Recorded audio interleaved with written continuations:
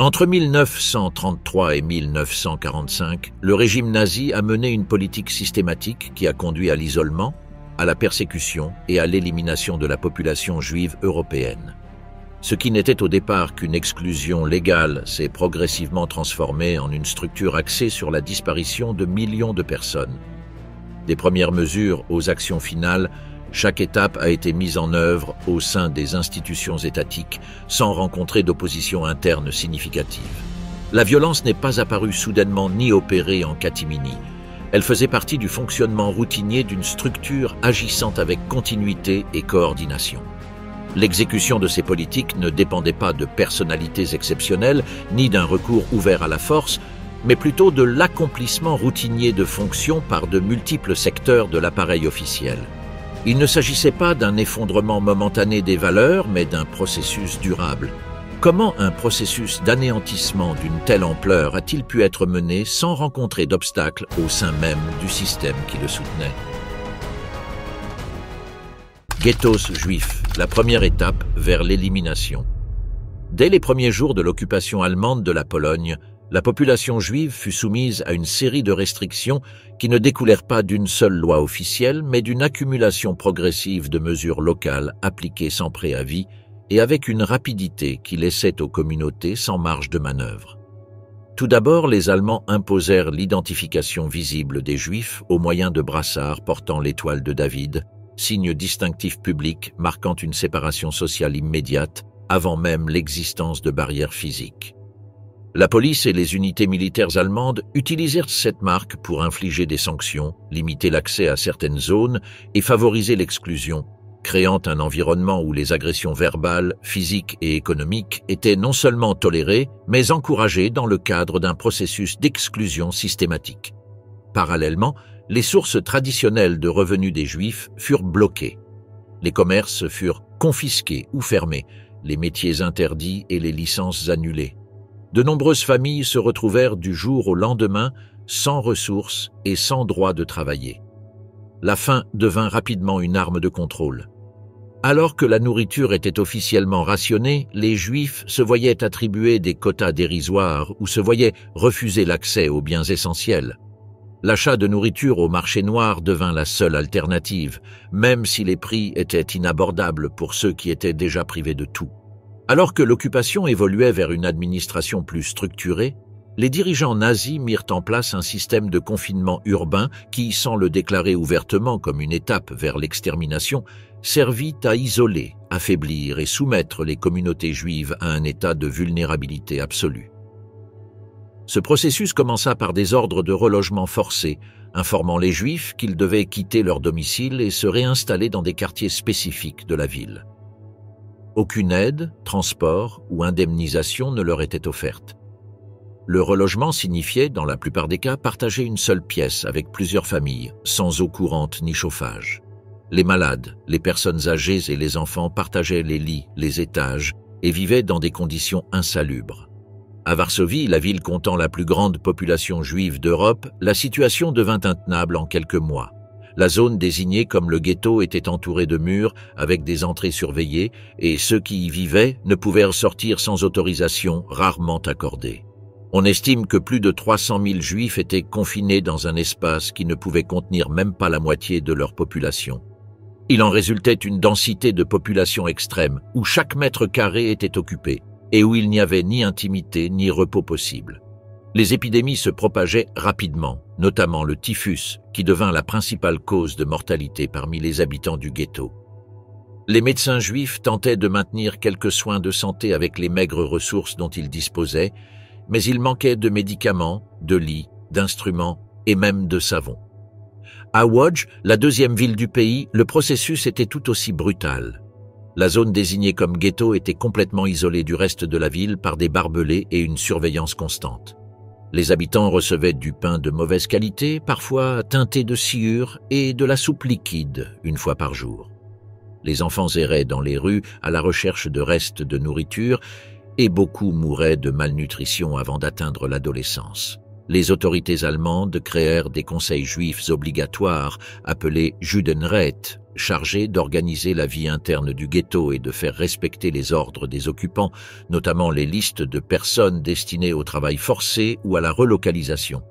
Bien que certains dirigeants de ces conseils aient tenté d'atténuer les souffrances de leur communauté, ils étaient prisonniers d'un système qui les obligeait à collaborer avec leurs oppresseurs sous une menace constante. À Cracovie, bien que la population juive fût plus petite, le schéma était le même. La communauté fut relogée dans un quartier spécifique, entouré de murs de béton en forme de pierre tombale, un choix visuel qui traduisait clairement la portée symbolique de l'enfermement. À l'intérieur du ghetto, des dizaines de personnes se partagèrent les bâtiments, et les services publics comme l'électricité et l'eau furent interrompus pendant des jours sans explication. Les écoles fermèrent, les hôpitaux cessèrent de fonctionner et la synagogue fut pillée. Les familles tentèrent de maintenir un semblant de normalité, mais la surveillance était constante et les arrestations arbitraires étaient quotidiennes. La peur devint un élément quotidien. L'isolement signifiait également une coupure totale de communication avec le monde extérieur. Lettres, colis et nouvelles étaient interdits, et la presse étant interdite, seuls des tracts contenant des ordres et des avertissements circulaient. Le sentiment d'abandon grandit, et ceux qui tentèrent de franchir le mur étaient exécutés sur le champ. Certains jeunes tentèrent néanmoins de s'échapper ou de maintenir le contact avec leurs proches à l'extérieur du ghetto. La plupart furent découverts et punis publiquement pour dissuader les autres. La création des ghettos ne fut ni un événement unique ni un événement simultané, mais un développement progressif entre 1939 et 1940, suivant une logique d'enfermement qui n'avait pas besoin d'être expliquée à la population allemande. Il s'agissait d'un processus administratif interne dirigé par les autorités locales sous la supervision du gouvernement central. Chaque ghetto avait ses propres caractéristiques, mais tous reproduisaient les mêmes schémas. Surpopulation, misère, contrôle strict, malnutrition, isolement, surveillance et une mort lente qui ne nécessitait ni balles ni caméras, mais seulement l'abandon, l'indifférence et la faim. Le système fonctionnait comme un filtre, les plus faibles mourant en premier. Les statistiques de mortalité étaient extrêmement élevées, mais cela n'inquiétait pas les responsables de l'enfermement. En revanche, de nombreux rapports administratifs allemands considéraient les décès comme une conséquence naturelle de l'environnement, et non comme un crime. Le ghetto était présenté comme une solution temporaire, une mesure sanitaire ou d'ordre public, mais en pratique, il s'agissait d'un mécanisme de destruction sociale et physique par l'enfermement forcé. Au fil des mois, la détérioration physique et psychologique devint manifeste. Le silence des rues, l'odeur des corps non ramassés, le froid qui pénétrait par les vitres brisées et la faim devenue routinière érodaient tout sentiment de normalité. Même les fêtes religieuses, autrefois motifs de rassemblement, étaient célébrées clandestinement et dans la peur. La communauté entière était réduite à survivre au jour le jour, sans espoir, sans ressources et sans issue. Conférence de Wannsee, janvier 1942. Début 1942, une réunion fut organisée qui allait marquer un tournant dans la politique nazie envers les Juifs. Elle fut convoquée par Reinhard Heydrich, figure clé de l'appareil de sécurité du régime, qui avait déjà reçu des instructions claires d'Hermann Göring, deuxième homme le plus important après Hitler, pour traiter des questions liées à ce qu'ils appelaient la solution totale à la question juive. La réunion eut lieu dans une élégante maison de campagne au bord d'un lac à Wannsee, près de Berlin, et réunit des représentants de divers secteurs de l'État allemand, dont des ministères et des agences administratives liées d'une manière ou d'une autre à la population juive.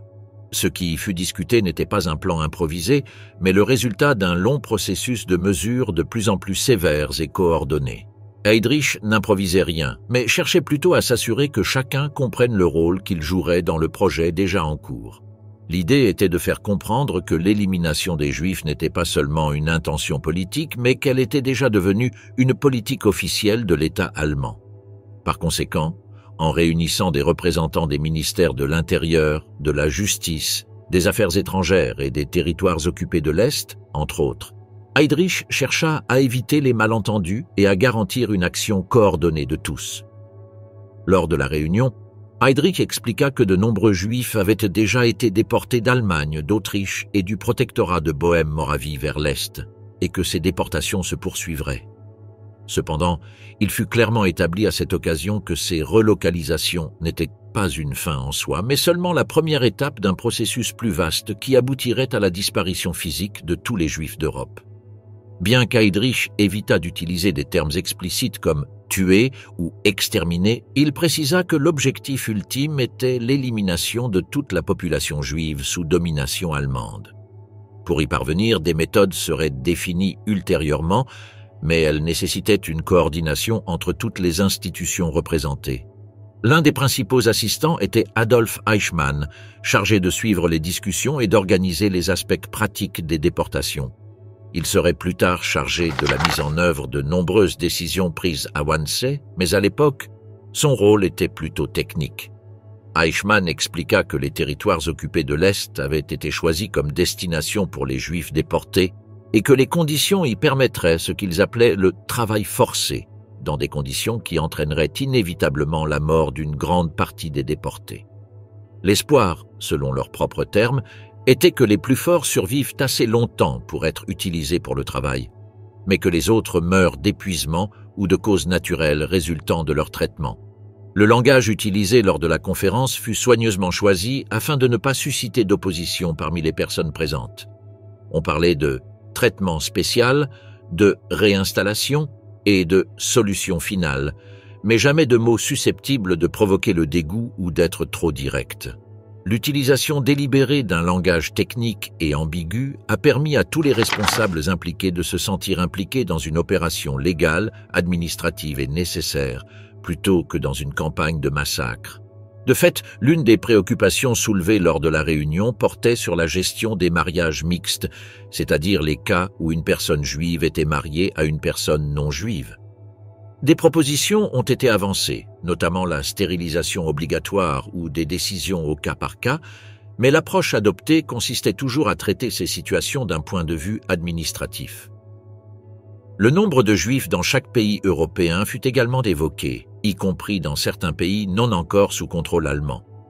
Une liste estimative du nombre de Juifs présents dans toute l'Europe fut présentée, de la France à l'Union soviétique, en passant par la Roumanie, la Hongrie, la Grèce et ailleurs. L'inclusion de pays encore neutres ou non occupés montrait que le projet concernait toute l'Europe et pas seulement les régions déjà dominées par le régime nazi. Cela indiquait que la solution finale n'était pas uniquement une affaire interne au Troisième Reich, mais un plan à l'échelle du continent. Heydrich indiqua clairement qu'il avait toute autorité pour coordonner le processus et que les autres agences devaient collaborer sans entrave. Il réaffirma qu'il s'agissait d'une politique d'État et qu'elle devait être menée efficacement et sans interférence. Les représentants des autres ministères n'exprimèrent aucune opposition ni objection, démontrant ainsi que le consensus était déjà établi. Le fait que la réunion n'ait donné lieu à aucun débat ni à aucun doute indique également que les décisions avaient déjà été prises et que l'objectif était simplement de transmettre des lignes directrices et d'assurer une coopération totale. Le contenu de la réunion fut résumé dans un compte-rendu écrit d'Eichmann, diffusé en nombre limité parmi les participants. Dans ce document, les termes explicites étaient également évités. On parlait de processus d'évacuation, de traitement approprié et de mesures nécessaires, mais le mot « meurtre » n'était pas mentionné. Malgré cela, chacun comprenait la véritable signification de ces termes et nul n'avait besoin d'éclaircissement sur le but ultime. La présentation de l'ensemble permettait à chacun de justifier sa participation comme un acte de service à l'État, sans avoir à affronter directement l'idée de collaborer à un crime d'une ampleur colossale. L'un des aspects les plus significatifs de cette conférence fut de transformer le massacre des Juifs en une opération bureaucratique. À partir de ce moment, il ne s'agirait plus uniquement de l'affaire des SS ou des commandants régionaux, mais concernerait les trains du ministère des Transports, les documents des ministères civils, les registres de population et tous les services liés au déplacement, au logement, à l'alimentation et au travail. La solution finale devint une politique transversale, où chaque fonctionnaire se verrait attribuer un rôle et une responsabilité spécifiques. Il ne s'agissait plus de violences spontanées ou de décisions isolées, mais d'une structure formelle, soutenue par les plus hautes sphères du pouvoir étatique. Concrètement, cela signifiait que l'extermination ne dépendrait plus de décisions locales ou improvisées, mais deviendrait une tâche planifiée avec des calendriers, des itinéraires établis, des listes de personnes et une logique interne suivant les étapes de tout autre projet étatique. La grande différence, bien sûr, résidait dans le fait que le résultat attendu n'était pas un bien public, mais l'élimination systématique de millions d'êtres humains. Mais pour ceux qui participèrent à Wannsee, cela ne semblait pas poser de dilemme. La manière dont tout était présenté permettait aux personnes présentes de sentir qu'elles accomplissaient leur devoir. Bien que les méthodes spécifiques à utiliser lors de la phase finale ne fussent pas détaillées, il était clair que ce qui était en cours allait bien au-delà des déportations. L'expression « solution finale » ne laissait plus aucun doute. Il ne s'agissait pas de déplacer les Juifs vers un autre lieu de résidence, ni de les forcer à émigrer, mais de les faire disparaître complètement d'Europe. Dans ce contexte, la réunion de Wannsee constituait une sorte de cérémonie de confirmation, où les participants recevaient des instructions et comprenaient leur rôle au sein d'un plan déjà mis en œuvre. D'un point de vue organisationnel, la conférence servait à intégrer tous les niveaux de l'État dans la tâche d'extermination. Chaque secteur recevait des directives, une mission spécifique et un cadre juridique lui permettant d'agir sans objection.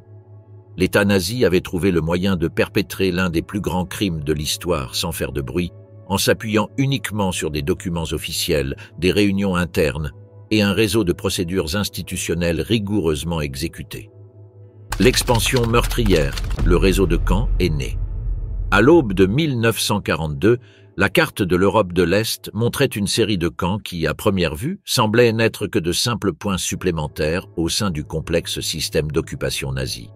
Cependant, derrière chacun de ces noms, Treblinka, Sobibor, Belzec, Chelmno, Majdanek et le de plus en plus mentionné Auschwitz-Birkenau, se cachait une structure inédite. Contrairement aux camps de concentration, où les prisonniers étaient détenus, punis ou exploités comme main-d'œuvre, ces nouveaux sites n'étaient pas des centres de détention au sens strict, mais des espaces conçus pour une fonction spécifique et brutale. Les premiers signes de ce réseau apparurent avant même qu'un terme officiel ne les désigne. À Chelmno, dans l'ouest de la Pologne occupée, un camp commença à fonctionner en décembre 1941. Contrairement aux camps précédents, il ne comportait ni grande baraque, ni usine, ni atelier. Il existait un système simplifié pour un objectif bien précis, et le temps moyen passé par une victime entre son arrivée et sa mort se mesurait en heures, et non en semaines ou en mois. Chelmno constituait un précédent inquiétant et, à bien des égards, un laboratoire pour des méthodes qui seraient ensuite reproduites ailleurs. La construction de Belzec commença peu après, en novembre 1941, mais ne fut prête à fonctionner qu'en mars de l'année suivante. Ce camp était stratégiquement situé près d'une ligne de chemin de fer, bien qu'il ne disposât pas des mêmes infrastructures que les camps de concentration plus anciens. Son existence reposait sur une idée différente. Les prisonniers n'avaient pas besoin d'être maintenus en vie, travaillés ou enfermés pendant de longues périodes. L'important était leur arrivée et leur sortie définitive du système. À partir de là, les priorités logistiques furent affinées pour ce qui deviendrait plus tard une machine nationale. Parallèlement, la construction de Sobibor débuta en mars 1942 avec une conception basée sur les enseignements tirés de Belzec. Les installations étaient plus efficaces, le système interne plus simplifié et le personnel spécifiquement formé à son rôle. De même, Treblinka, qui allait devenir l'un des camps les plus actifs, commença à prendre forme au printemps et devint opérationnel le même été. Son emplacement, comme celui des autres, n'était pas une coïncidence. La Pologne centrale offrait plusieurs avantages. C'était une zone sous le contrôle total du gouvernement général, relativement isolée des observateurs extérieurs et proche de centres juifs densément peuplés. Cela réduisait les temps et les coûts de transport et permettait de préserver le processus de l'attention des diplomates et journalistes étrangers. Majdanek, bien qu'il soit aujourd'hui commémoré aux côtés des camps d'extermination, était initialement conçu comme un camp de concentration. Cependant, les circonstances de 1942 ont obligé à adapter son rôle pour inclure des fonctions similaires à celles des autres centres. Situé près de Lublin, sa taille et sa structure lui conféraient un caractère hybride, avec des zones d'internement et des espaces qui seraient transformés au gré des décisions administratives. Dans le cas d'Auschwitz, la transformation fut plus progressive.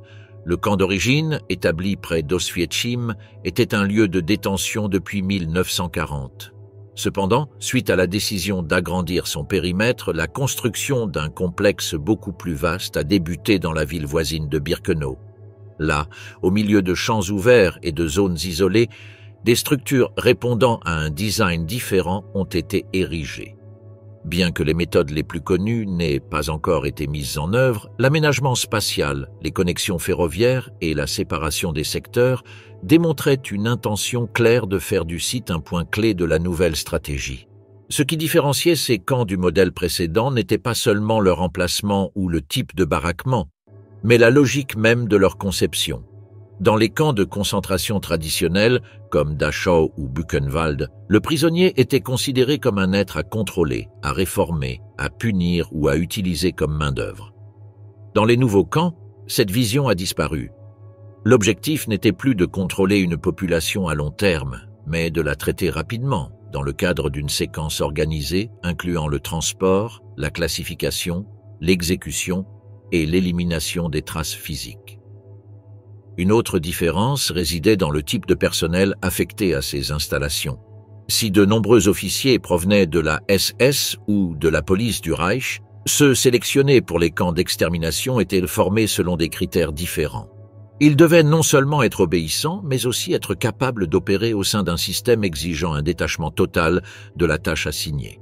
De plus, des méthodes de rotation étaient mises en place pour éviter que le personnel ne reste trop longtemps au même endroit, afin de réduire les risques de fuite ou de dépression psychologique.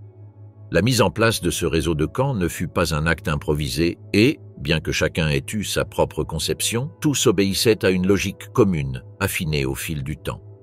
La taille des enclos, la disposition des entrées, les espaces réservés au personnel et les points de déchargement étaient conçus pour minimiser les contacts entre victimes et bourreaux. Souvent, les arrivants ne savaient pas exactement où ils avaient été emmenés et l'utilisation de noms ambigus, l'isolement géographique et la rapidité de la procédure contribuaient à la confusion. Tout au long de l'année 1942, les premiers indices concrets commencèrent à apparaître que ces lieux n'étaient pas des lieux de détention classiques. Des rapports internes, des témoignages de quelques évadés, des rumeurs au sein des communautés juives et des observations indirectes commencèrent à circuler. Cependant, la configuration générale de ces camps et leur éloignement rendèrent l'accès difficile à tout observateur extérieur. La censure et le contrôle de l'information contribuèrent également à maintenir secrète l'existence réelle de ce réseau. Dans certaines villes polonaises, notamment proches des camps, les habitants commencèrent à remarquer la fréquence des arrivées de convois et le fait inhabituel qu'aucun ne revienne. Bien qu'ils ne disposaient d'aucune preuve tangible, certains soupçonnaient déjà que ces transferts n'avaient pas pour but la réinstallation ou le travail. Dans d'autres cas, ce sont les Allemands eux-mêmes, notamment des membres de la Wehrmacht ou des cheminots, qui commencèrent à partager ce qu'ils avaient vu ou entendu. Mais sans accès direct et avec la crainte constante de représailles, l'information ne circulait que de manière limitée. Au niveau administratif, le réseau de camps impliquait également la création de nouvelles structures bureaucratiques. Des bureaux spécifiques furent créés pour coordonner les transferts, l'approvisionnement et la gestion des camps. Chaque installation était dirigée par un commandant, mais les ordres provenaient d'échelons supérieurs, souvent directement du bureau central de la sécurité du Reich. De plus, des formulaires, des registres et des protocoles furent élaborés pour maintenir un semblant de légalité dans le fonctionnement du système. La relation entre les camps d'extermination et le reste de l'appareil nazi était complexe. D'une part, ces sites étaient liés aux décisions prises dans les bureaux berlinois et, d'autre part, ils fonctionnaient avec une certaine autonomie opérationnelle qui leur permettait de s'adapter rapidement aux conditions du moment. En pratique, cela signifiait qu'ils pouvaient ajuster leur rythme d'opération en fonction des chiffres prévus ou des changements logistiques. Les premiers mois de fonctionnement de ce réseau démontrèrent la viabilité technique du modèle. Malgré des difficultés initiales sur certains sites, comme des problèmes d'accès ou des difficultés de gestion du personnel, le système démontra sa capacité à gérer des effectifs massifs sans s'effondrer. Cette efficacité fut interprétée par les autorités comme un signe que la voie était tracée. Ainsi, au cours de l'année 1942, le réseau des camps d'extermination cessa d'être une série d'expériences isolées pour devenir un système articulé fonctionnant en continu, Le modèle fut perfectionné, les procédures standardisées et la logique qui guidait son existence fermement établie. Même si, de l'extérieur, il était encore difficile de saisir l'ampleur des événements, ceux qui y participaient savaient déjà qu'ils participaient à un processus qui dépassait tout ce qui avait existé jusqu'alors. Comment fonctionnait la machine à massacrer les Juifs? Durant les premiers mois de 1942, le réseau ferroviaire du Reich devint essentiel à la mise en œuvre de ce qui n'était plus une série d'exécutions isolées, mais un système d'extermination pleinement intégré. Les gares de départ se trouvaient dans presque toutes les villes d'Europe de l'Est occupées, mais aussi en Allemagne, en Autriche, en France, aux Pays-Bas et dans d'autres pays sous domination nazie. Chaque convoi était constitué de wagons de marchandises hermétiquement fermés, sans eau ni ventilation, dans lesquels des centaines de personnes étaient entassées pendant des heures, voire des jours, sans savoir où elles étaient emmenées, ni pourquoi. Ces trains n'étaient pas improvisés.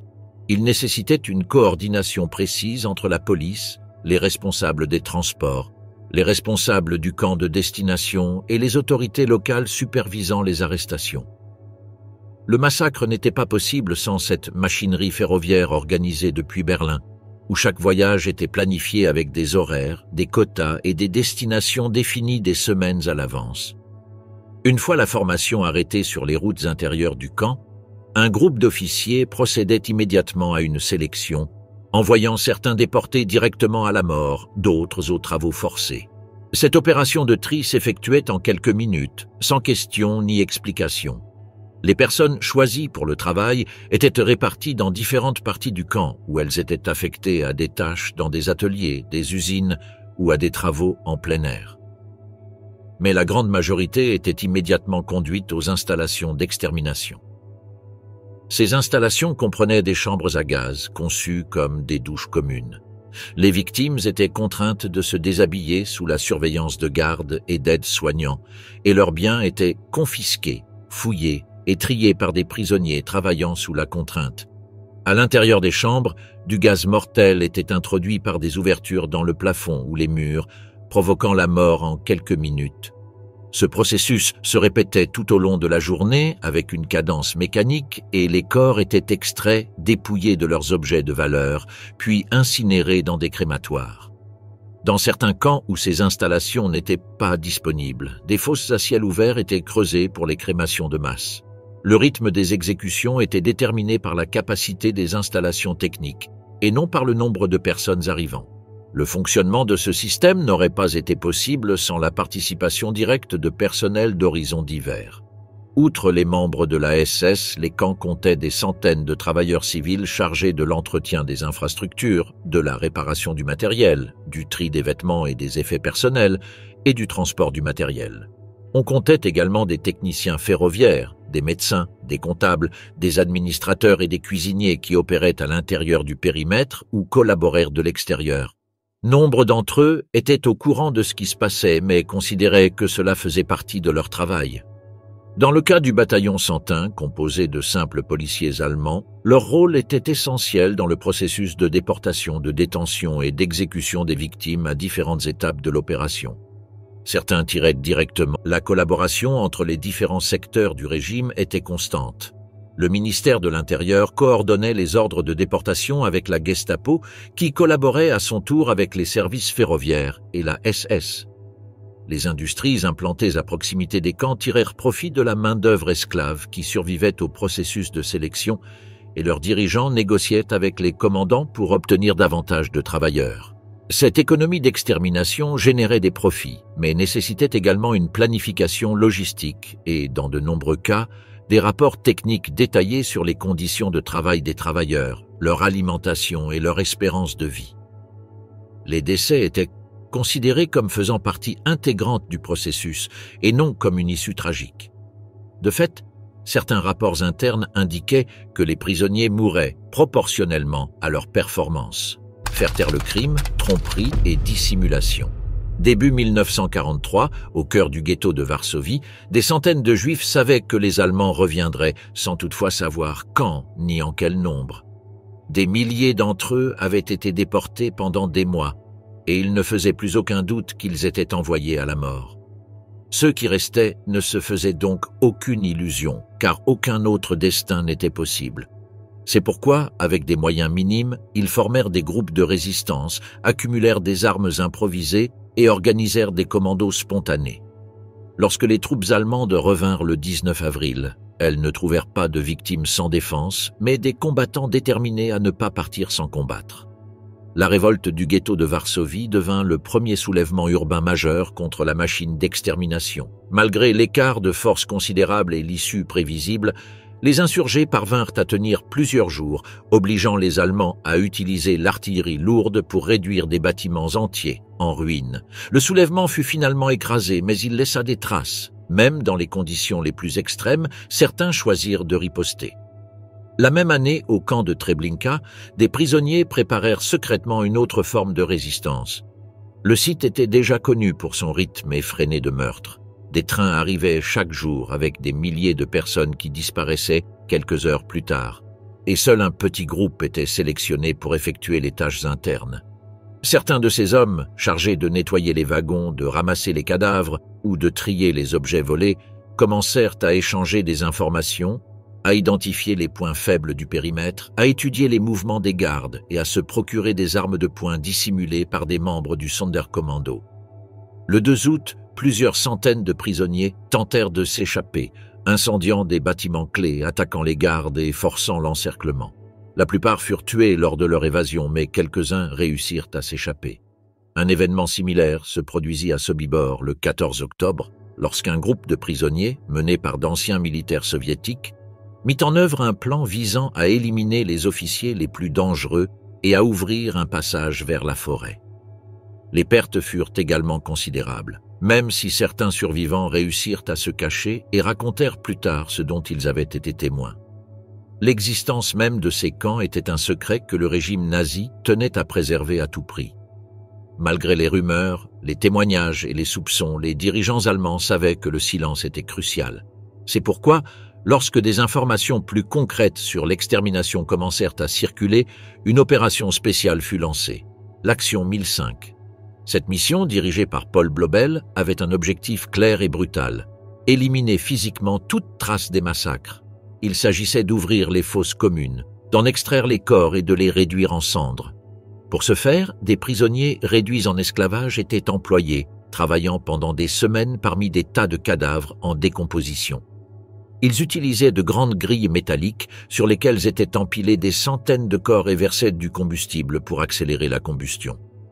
Ils ramassaient ensuite les ossements, les écrasaient à coups de marteau et dispersaient les restes dans les champs ou les rivières avoisinantes. Cette pratique, appliquée dans des endroits comme Belzec, Chelmno et les environs de Lviv, s'inscrivait dans un plan systématique visant à effacer les preuves avant que les lignes de front ne se rapprochent trop. Certains témoins ont survécu malgré tout. Des personnes comme Rudolf Worba et Alfred Wetzler ont réussi à s'échapper d'Auschwitz et à gagner la Slovaquie où ils ont publié un rapport détaillé sur la structure et le fonctionnement du camp.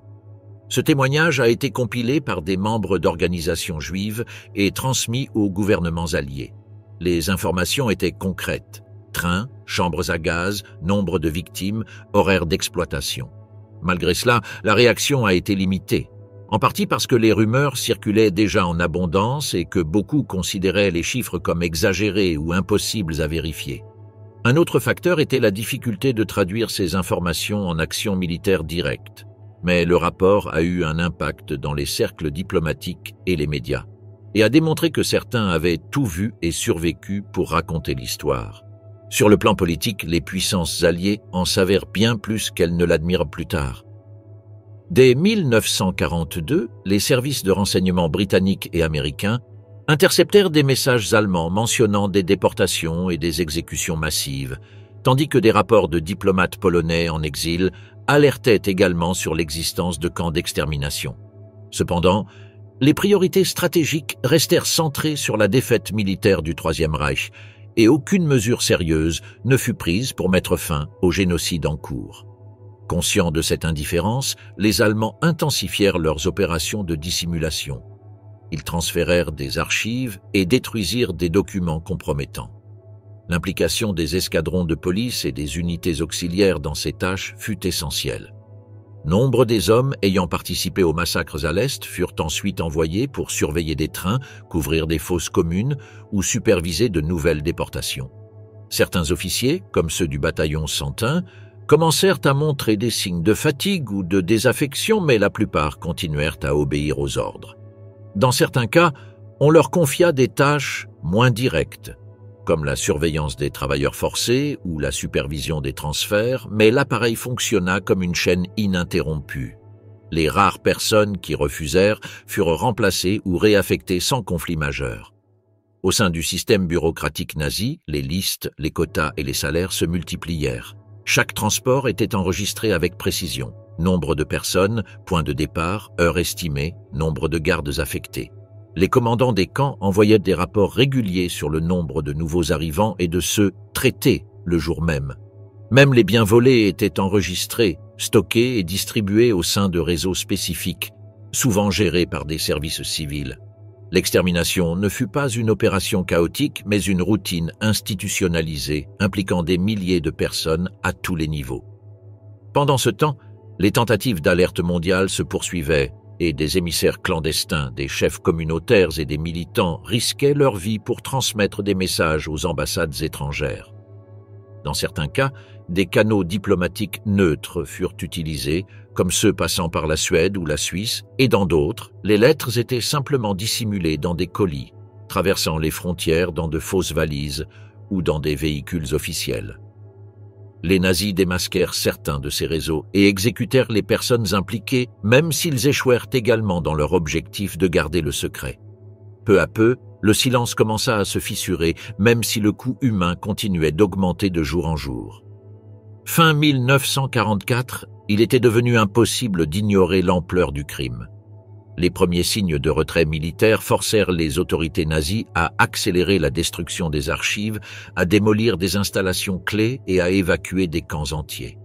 Mais à ce moment-là, les vestiges de la résistance restaient actifs, sous la forme de petits gestes. Cacher un enfant, partager une ration, écrire un nom sur un mur avant de mourir. Cette persistance invisible pour beaucoup constituait la réponse la plus humaine à la tentative d'effacer un peuple entier. La découverte des camps, 1945.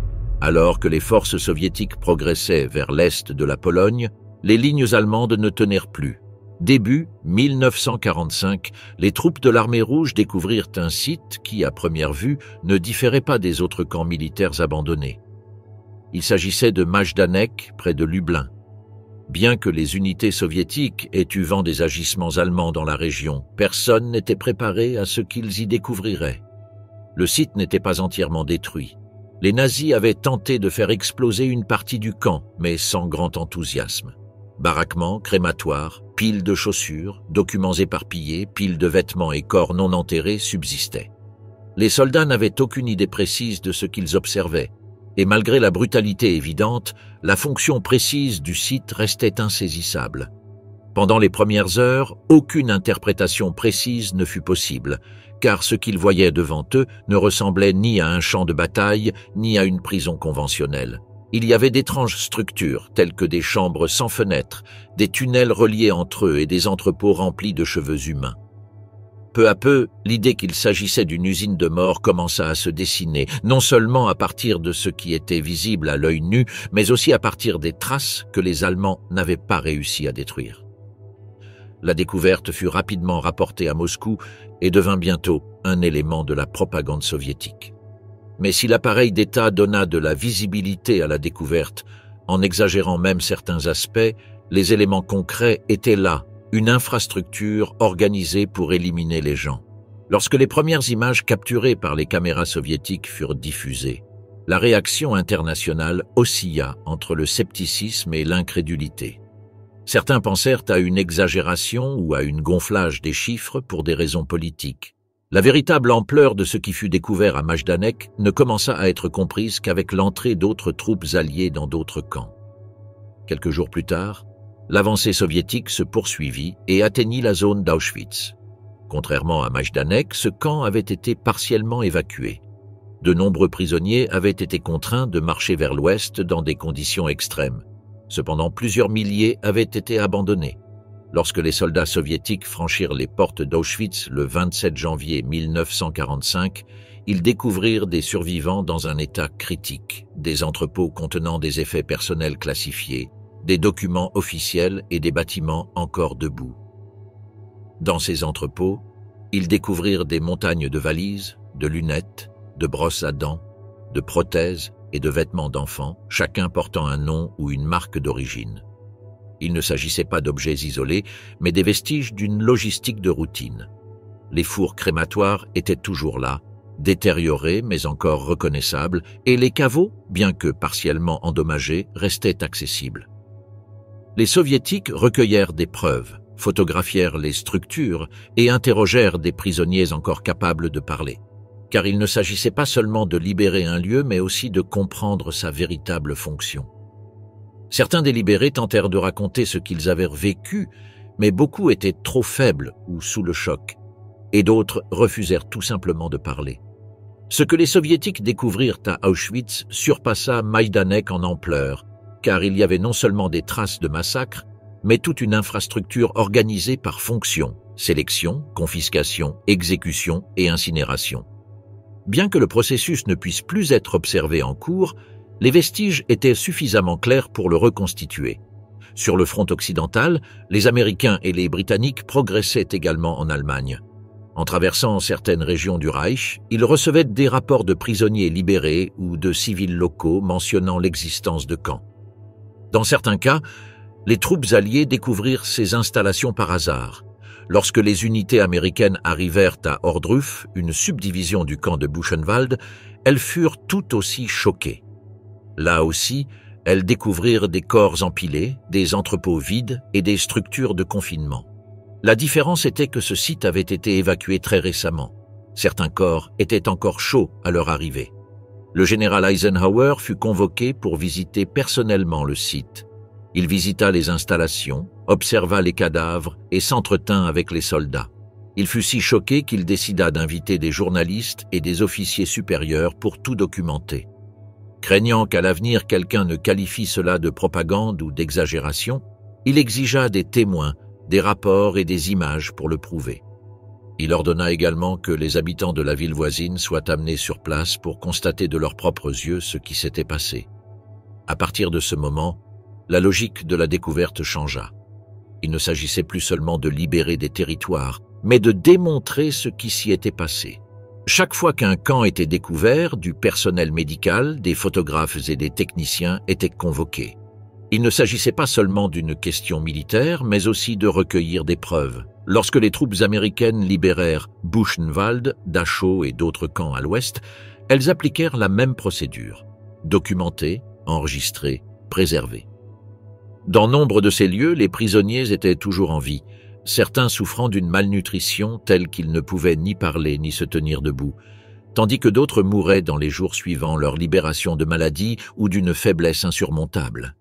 Les équipes médicales improvisèrent hôpitaux, réfectoires et postes de secours, même s'il était clair que, dans bien des cas, les dommages étaient irréversibles. Les scènes qui se déroulaient devant les soldats ne pouvaient être décrites uniquement en termes médicaux ou techniques, et le terme « camp de concentration » ne suffisait pas à rendre compte de ce qu'ils voyaient réellement. À Bergen-Belsen, par exemple, les Britanniques découvrirent des milliers de cadavres non enterrés, éparpillés un peu partout, dont beaucoup étaient déjà en décomposition, dans un lieu dépourvu d'eau potable, de nourriture et de soins médicaux, où les maladies infectieuses se propageaient rapidement. Bien qu'il ne s'agisse pas d'un centre d'extermination comme ceux de l'Est, la situation humanitaire était si extrême que l'impact fut tout aussi dévastateur, et les images capturées sur place circulèrent rapidement dans la presse internationale, provoquant un profond choc. Les Alliés commencèrent alors à compiler systématiquement des rapports, à recueillir des témoignages, à classer des objets et à rassembler des documents. Dans certains camps, des archives partielles subsistaient, non détruites. À Auschwitz, par exemple, des listes de transport, des registres d'entrée et de sortie, ainsi que des notes internes, ont été retrouvées, tandis qu'ailleurs, des albums photos, des plans d'installation et des lettres ont été retrouvés. Tout n'était pas intact, mais les découvertes suffisaient à établir un schéma précis. Grâce à ces preuves, il est devenu évident qu'il ne s'agissait pas de crimes isolés.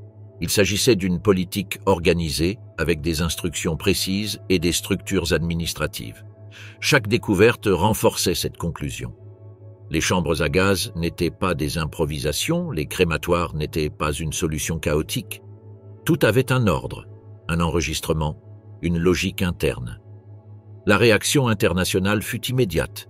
Des images furent diffusées dans les journaux, les bulletins d'information et les communiqués diplomatiques. Certains gouvernements, comme le britannique et l'américain, commencèrent à informer officiellement leurs citoyens sur les camps. Si les indices étaient connus depuis un certain temps, jamais auparavant ils n'avaient été aussi clairs. L'ampleur, les méthodes et la froideur de l'opération étaient désormais visibles et vérifiables. Le processus ne s'est pas arrêté avec les premières découvertes. Au cours des semaines et des mois suivants, de plus petits camps, des camps annexes et des sites de transit ont continué d'être découverts, ajoutant chacun de nouveaux éléments au tableau. Certains semblaient vides, d'autres abritaient encore des prisonniers, et beaucoup étaient partiellement détruits, mais les preuves persistaient. Il ne s'agissait ni de rumeurs, ni d'exagérations, mais de faits réels, documentés et systématiques. Les soldats, médecins, techniciens et même les caméramens qui ont participé à ces découvertes ont témoigné de leur étonnement, certains n'ayant jamais entendu parler d'Auschwitz, d'autres ignorant même ce qu'était un crématorium. Leurs découvertes ont complètement redéfini leur conception de la guerre, qui n'était plus seulement perçue comme un affrontement entre armées, mais se révélait aussi comme un théâtre d'extermination délibérée. Pour beaucoup d'entre eux, le sens de la Seconde Guerre mondiale a changé en fonction de ce qu'ils ont vu dans ces camps. Pendant ce temps, les troupes soviétiques poursuivaient leur progression vers l'ouest et découvraient d'autres camps en territoire allemand et tchèque. Leur stratégie était différente, moins axée sur la diffusion internationale et davantage sur le reporting interne. Malgré tout, leurs découvertes s'ajoutèrent aux preuves qui commençaient déjà à circuler. À Moscou, Berlin, Londres et Washington, on comprenait déjà que ce qui avait été découvert n'était pas un épisode mineur du conflit, mais un élément central de son importance. Lorsque la guerre en Europe prit fin, une chose était incontestable. Le monde ne pouvait plus nier ce qui s'était passé. Les camps, les documents, les survivants, les artefacts et les structures demeuraient des preuves visibles et nul besoin de développer un récit. Il suffisait de montrer ce qui avait été découvert. Cette découverte, accompagnée du silence des prisonniers libérés et des expressions étonnées des soldats, était plus éloquente que n'importe quel discours. La voix du Reich, comment la propagande a préparé le génocide. Dès les premières années du régime, l'appareil de propagande du Troisième Reich avait un objectif clair: s'assurer que l'antisémitisme soit non seulement toléré par la population allemande, mais aussi perçu comme nécessaire, légitime et moralement correct. Pour y parvenir, décrets et lois ne suffisaient pas. Il était essentiel de transformer la pensée collective et de façonner le regard de millions de personnes sur leurs voisins, leurs concitoyens et même leurs anciens amis. Et cette tâche ne pouvait être accomplie que grâce à une machine de propagande infatigable, présente à chaque coin de rue et répétant ses messages avec une discipline implacable. Cinéma, radio, journaux, magazines illustrés, manuels scolaires, affiches de rue, chansons populaires, tout était imprégné d'un discours centré sur la haine des Juifs. Il ne s'agissait pas seulement de les présenter comme un ennemi extérieur, mais comme une menace intérieure, infiltrée, corruptrice, capable de détruire la nation de l'intérieur si elle n'était pas identifiée à temps. Le langage devint un outil de guerre. Au lieu de parler d'êtres humains, on parlait de fléaux, de parasites, de tumeurs ou de contamination. Il ne s'agissait pas de citoyens allemands de confession juive, il s'agissait du juif international, une figure qui incarnait toutes les peurs et tous les préjugés du nationalisme allemand. Joseph Goebbels, ministre de la propagande, fut le principal architecte de cette campagne. Il dirigea non seulement les messages, mais supervisa aussi méticuleusement leur forme, leur ton et leur répétition. Il savait que pour influencer les masses, les arguments rationnels ne suffisaient pas. Il fallait faire appel aux émotions. C'est pourquoi les journaux télévisés étaient accompagnés d'une musique intense, les discours dramatisés et les documentaires construisaient des images suscitant un rejet viscéral. Goebbels comprenait qu'un mensonge, répété suffisamment souvent, pouvait devenir vérité. Le cinéma devint l'un des instruments les plus puissants et des films comme Le Juif éternel, Der ewige Jude, non seulement diffusèrent de fausses informations, mais cherchèrent aussi à susciter le dégoût, la peur et la répulsion. Ils mélangeaient des images de rats avec des visages juifs, insinuant une menace biologique, et montraient des scènes de pauvreté, de maladie et de chaos urbain attribués l'élément juif, comme si leur seule présence suffisait à perturber l'ordre naturel. Ces productions n'étaient pas marginales, elles étaient financées par l'État, projetées dans des cinémas commerciaux et faisaient partie des activités recommandées par les autorités locales, à tel point que les écoles organisaient des sorties pour les enfants. Les manuels scolaires étaient également soigneusement conçus pour inculquer ces idées dès l'enfance. En lecture, les histoires mettaient en scène des personnages cupides, difformes ou traîtres, aux traits clairement stéréotypés. En géographie, on parlait de la lutte pour l'espace vital contre les peuples dégénérés. En histoire, la trahison interne pendant la Première Guerre mondiale était mise en évidence comme le résultat de l'activité juive. En biologie, les prétendues différences raciales étaient enseignées à l'aide de cartes, de mesures crâniennes et d'arbres généalogiques falsifiés pour légitimer l'idée de supériorité germanique. Tout cela s'accompagnait d'une pression sociale. Les étudiants qui posaient des questions ou exprimaient des doutes étaient qualifiés de antipatriotiques. À la radio, devenu le média le plus répandu grâce à la création du Volksempfänger, un récepteur bon marché et produit en série, on diffusait des discours du Führer, des fuites d'informations, des récits héroïques et des commentaires politiques, renforçant le discours officiel. L'objectif était de garantir que, même à la maison, il n'y ait pas de place pour les voix dissidentes. La radio ne se contentait pas d'informer, elle accompagnait les émotions, offrait des explications simples, pointait du doigt les coupables et renforçait constamment l'idée que l'Allemagne était en danger et devait se défendre. Les journaux, officiels comme pseudo-scientifiques, comme Der Stürmer, amplifiaient ces idées à coups de titres sensationnels, de rubriques éducatives et de caricatures ridiculisant ou diabolisant le soi-disant ennemi intérieur. Rien n'était fortuit car les images étaient conçues pour être comprises même par ceux qui ne savaient pas lire, afin que l'antisémitisme soit accessible, compréhensible et partagé par tous. Et ils y parvinrent. Dans de nombreux quartiers, des fresques murales ornées de caricatures antisémites furent installées sur les places, sur les marchés ou dans les gares, à des endroits où il était impossible de les ignorer. L'éducation des adultes faisait également partie du plan. Les organisations du parti, les associations de femmes et les syndicats affiliés aux nazis recevaient régulièrement des conférences renforçant les principes idéologiques. Des tracts étaient distribués, des cours étaient organisés et les plus engagés étaient récompensés. La propagande ne se limitait pas à convaincre. Elle visait à transformer. L'idéal était que chaque citoyen devienne un propagandiste, un chien de garde, un multiplicateur du message officiel. Tout cela n'était pas une improvisation. C'était un système conçu d'en haut, avec un bureau central qui évaluait l'impact de chaque campagne, ajustait les messages au contexte et réagissait rapidement à tout écart. Si une ville exprimait des doutes, des renforts idéologiques étaient envoyés. Si un sujet prêtait à confusion, il était simplifié. Si une image se révélait ambiguë, elle était remplacée. Le contrôle était total. Le résultat fut dévastateur lorsque les déportations massives commencèrent. De nombreux Allemands ne considéraient plus les Juifs comme des personnes. Ils les percevaient comme des ennemis du peuple, comme des corps étrangers qu'il fallait éliminer pour le bien commun. Et si tous n'ont pas participé directement au génocide, une part considérable d'entre eux a fermé les yeux, a accepté les explications officielles ou s'est simplement résigné à ce qui devait être fait.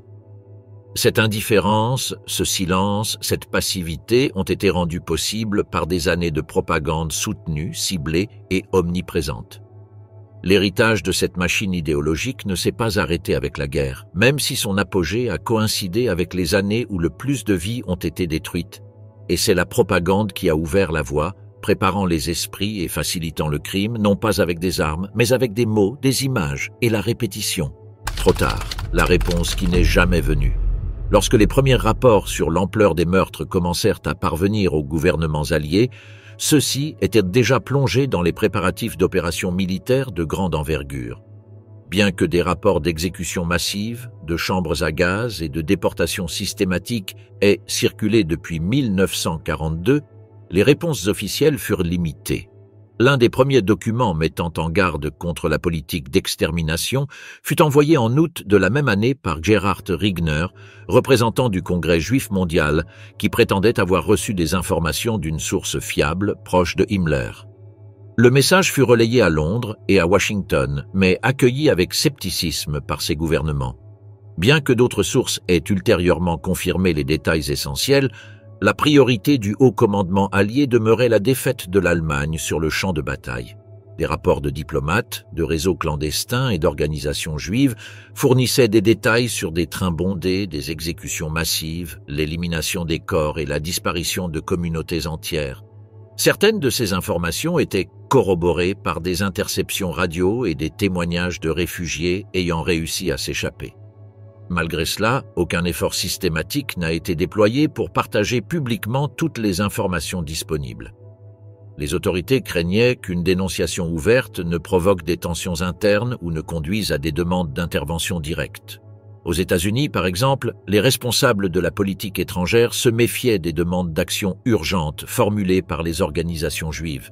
Ils ont choisi de taire les détails les plus extrêmes, arguant qu'ils pourraient être pris pour de la propagande peu fiable ou contre-productif pour le moral des troupes. L'un des principaux obstacles résidait dans la difficulté d'intégrer l'extermination dans la logique militaire alliée. Le génocide n'était pas perçu comme un objectif indépendant pouvant être combattu par des moyens conventionnels. Les chefs d'état-major à Washington et à Londres considéraient la solution au problème juif comme un élément de l'effondrement général du Troisième Reich, et non comme une solution nécessitant un détournement de ressources ou une modification de stratégie déjà définie. Ainsi, les décisions clés ont été reportées, et le rythme de l'avancée militaire a été considéré comme le seul moyen possible de mettre un terme aux crimes en cours. Aucune opération spécifique n'a été mise en place pour stopper les déportations ou bombarder les lignes de chemin de fer ou les installations proches des centres de mise à mort. En 1943, la conférence des Bermudes fut organisée par des représentants britanniques et américains afin d'évaluer les mesures à prendre concernant les réfugiés juifs. La réunion se termina sans résultat concret. Les quotas d'immigration ne furent pas augmentés, de nouveaux couloirs d'évacuation ne furent pas établis, et aucune mesure de sauvetage urgente ne fut proposée. Tout se limita à une déclaration générale d'inquiétude face à la situation. Parallèlement, une politique de silence fut maintenue concernant les demandes d'ouverture de la Palestine à davantage de réfugiés. Dans plusieurs ministères des Affaires étrangères, la question fut délibérément mise de côté, tandis que les problèmes logistiques ou les implications diplomatiques continuaient d'être discutés. Pendant ce temps, les massacres se poursuivaient. Dans les pays occupés, des milliers de Juifs étaient déportés chaque semaine vers leur destination finale. Lorsque des propositions de bombardement de certains sites clés, comme les chambres à gaz ou les crématoires d'Auschwitz, commencèrent à circuler, elles furent rejetées pour des raisons techniques. Les arguments avancés étaient le manque de précision des bombardiers, le risque de tuer des prisonniers lors des attaques ou la préférence pour des cibles stratégiques comme les usines ou les nœuds ferroviaires. Le ministère de la Guerre américain et le ministère de l'Air britannique ont convenu que modifier les priorités opérationnelles pour sauver les Juifs serait une diversion inacceptable. La création du War Refugee Board en janvier 1944 par le gouvernement américain fut l'un des rares gestes visibles. Cette institution tenta de coordonner les secours, de financer les réseaux d'évasion et d'obtenir des garanties pour la protection des survivants. Cependant, son impact fut limité par l'absence de soutien général. Les missions organisées par le War Refugee Board permirent de sauver quelques centaines de personnes, mais ne réussirent pas à changer le cours des événements. Même au sein de ses propres rangs, des doutes subsistaient quant à ce qui pouvait être réellement fait dans un contexte dominé par le contrôle nazi et les restrictions diplomatiques imposées par la guerre. Parallèlement, les plus hautes sphères du Troisième Reich commencèrent à pressentir que la fin était inéluctable. Alors que le front de l'Est s'effondrait et que les Alliés progressaient en France et en Italie, certains secteurs du régime commencèrent à envisager la possibilité de négociations. Heinrich Himmler, chef de la SS, explora les canaux de communication avec les gouvernements occidentaux, cherchant un accord partiel qui préserverait sa position personnelle. Il utilisa certains groupes de prisonniers comme monnaie d'échange, promettant leur libération en échange de concessions diplomatiques. Ces manœuvres furent perçues avec suspicion par les Alliés, qui refusèrent de négocier directement avec les responsables du régime. Malgré cela, certaines de ces négociations permirent l'évacuation de populations vers la Suisse ou la Suède dans les derniers mois de la guerre. Pendant ce temps, les opérations d'extermination se poursuivirent dans divers secteurs du territoire occupé. Même en cas de défaite militaire, les autorités locales et les unités SS maintinrent l'élimination systématique des détenus.